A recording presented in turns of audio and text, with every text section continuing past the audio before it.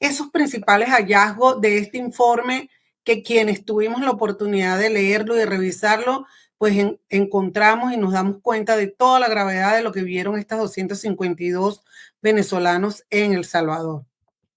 Este es un informe luego del trabajo de los últimos 8 meses, es un informe conjunto entre Cristosal, Organización de Derechos Humanos Salvadoreña, y Human Rights Watch.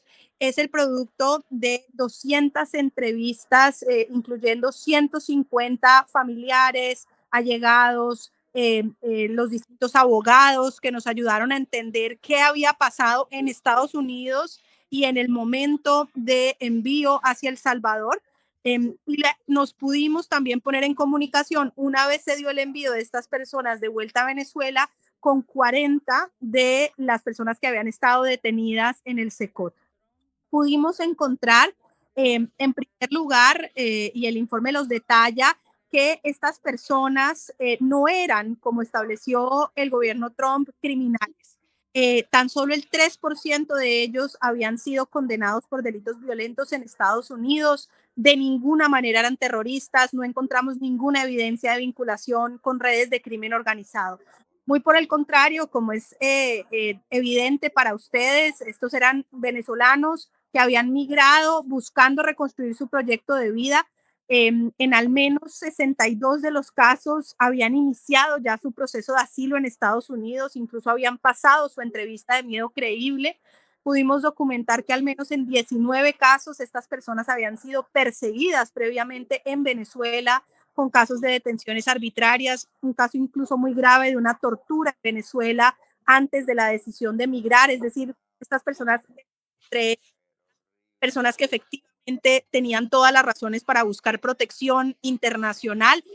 Insisto, definitivamente no eran, como fueron pintados, un grupo de criminales ni de terroristas. Luego el informe detalla lo que sucedió en el traslado.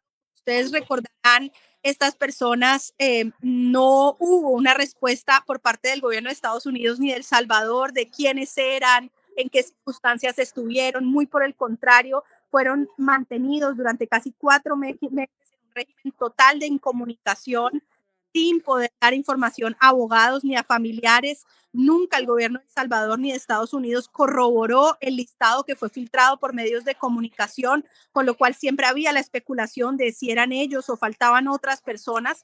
En la práctica, eso significa jurídicamente que una desaparición forzada, porque los sacaron de la protección de la ley y los enviaron a una caja negra donde no podían ejercer su derecho a la defensa.